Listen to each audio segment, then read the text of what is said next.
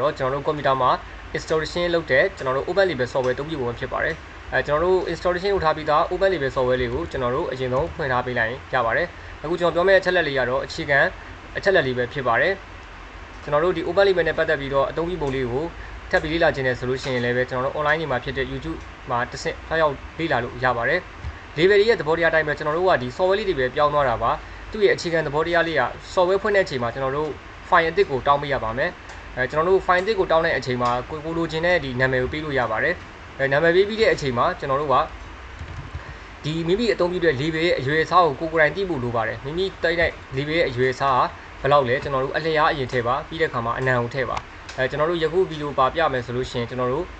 ဒီမှာဆိုလို့ရှိရင်50 30ကျွန်တော်အရွယ်အစားကို50ကျွန်တော်တို့ထည့်မယ်ပြီးလို့ရှိရင်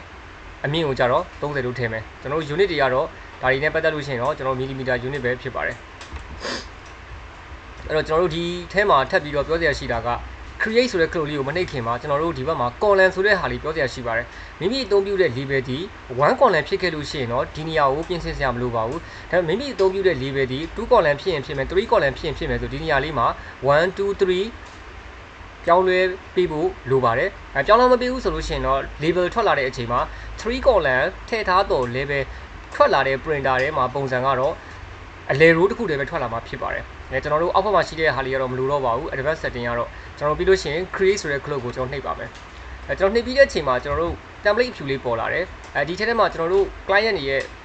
လိုချင်တဲ့ပုံစံလေးကိုကိုယ်တိုင်ဖန်တီးလို့ရပါတယ်ကျွန်တော်တို့ဒီမှာဆိုလို့ရှိရင်လည်းဘေးဘက်မှာဆို2ပေါက်လေးတွေရှိတယ်ကျွန်တော်စာရေးချင်တယ်ဆိုရင် text ကတစ်ဆင့်စာရေးပါကျွန်တော်တို့ဘာကုတ်လေးလိုချင်တယ်ဆိုလို့ရှိရင်လည်းပဲကျွန်တော်တို့2မျိုးရှိပါတယ်1D ဘာကုတ်ရှိတယ် 2D ဘာကုတ်ရှိတယ်ဒါလေးတွေကိုကျွန်တော်တို့ကရေးလို့ရပါတယ်နမူနာအနေနဲ့ကျွန်တော် text တစ်ခုကို create လုပ်မယ်ကျွန်တော်ပြီးလို့ရှိရင် double click import ဆိုတဲ့အတိုင်းပဲ double click နှိပ်ပါပြီးလို့ရှိရင်ကျွန်တော်တို့ရဲ့ name တစ်ခုကိုကျွန်တော်ထည့်လိုက်ပါကျွန်တော်တို့ barcode label ကျွန်တော်တို့မြန်မာtext နဲ့ပတ်သက်ပြီးအခုလိုမျိုးနှစ်လိုင်းဖြစ်သွားတယ်ဆိုလို့ရှိရင်ကျွန်တော်တို့ရဲ့ text string ကို linearly ဆွဲချက်ပေးလိုက်ပါကျွန်တော်တို့ text နဲ့ပတ်သက်တဲ့ကျွန်တော်တို့အခြေခံသဘောတရားတွေကတော့ကွန်ပျူတာအသုံးပြုတဲ့သူဆိုလို့ရှိရင်ဒါတွေကိုနားလည်ပါတယ်ခင်ဗျ။ဘာကြောင့်လဲဆိုလို့ရှိရင်ကျွန်တော်တို့ကမိမိ text ရေးပြီးတဲ့အချိန်ဆိုလို့ရှိရင် text ကို edit လုပ်မဲ့ပုံစံလေးတွေကညာဘက်ချက်မှာရှိပါတယ်။စလုံးကြီးမယ်တင်မယ် font ပြောင်းမယ် bold လုပ်မယ် italic center တွေထားမယ်အကုန်လုံးကိုစိတ်ကြိုက် edit လုပ်လို့ရပါတယ်။ဆက်လက်ပြီးတော့ကျွန်တော်တို့က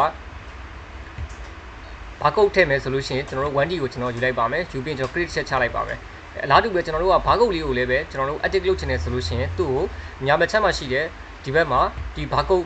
နံပါတ်လေးတွေကိုပြင်ဆင်ရေးသားလို့ရပါတယ်မိမိဘာကုတ်နဲ့ပတ်သက်ပြီးတော့ adjust လုပ်ချင်တယ်ဆိုလို့ရှိရင်เนาะကျွန်တော်တို့ arrow key တွေပေါ်လာတဲ့အချိန်မှာအဲ့ arrow တွေအတိုင်းပဲကျွန်တော်တို့ adjust လုပ်လို့ရပါတယ်ဒါကတော့ကျွန်တော်တို့ဘာကုတ်ထည့်တဲ့သဘောပါအဲ့ကျူပါလူချင်တယ်ဆိုလို့ရှိရင်လည်းပဲကျွန်တော်တို့ကျူပါကိုနှိပ်ပြီးတော့ယူလို့ရပါတယ်ပုံလေးနဲ့ပတ်သက်ပြီးထည့်ချင်တယ်ဆိုလို့ရှိရင် image ပြီးလို့ရှိရင် icon လေးတွေလိုချင်တယ်ဆိုလို့ရှိရင်ဒီ icon မှာရှိမယ်မြင်းကြောင်းလိုချင်တယ်ဆိုရင် line ကျွန်တော်တန်ငယ်လိုချင်တယ်ဆိုတော့ဒီ shape တွေဝင်ထည့်လို့ရပါတယ် software လေးတွေပတ်သက်ပြီးတော့ကျွန်တော်တို့ဆက်ပြီးတော့ save လုပ်ချင်တယ်ဆိုရင်ဒီပေါ်နာလေးမှာကျွန်တော်တို့ save လုပ်လေးရှိတယ် template ကို software ထဲမှာတင်ထားပြပါတယ် print ထုတ်မယ်ဆိုလို့ရှိရင်တော့ print လို့လေးကိုနှိပ်လို့ရပါတယ်ကျွန်တော်ဒီပုံစံလေးဆိုရင် object ကိုရွှေ့ချင်တဲ့နေရာလေးကိုရွှေ့ပြီးတော့ထုတ်လို့ရပါတယ်ဟုတ်ကဲ့ကျေးဇူးတင်ပါတယ်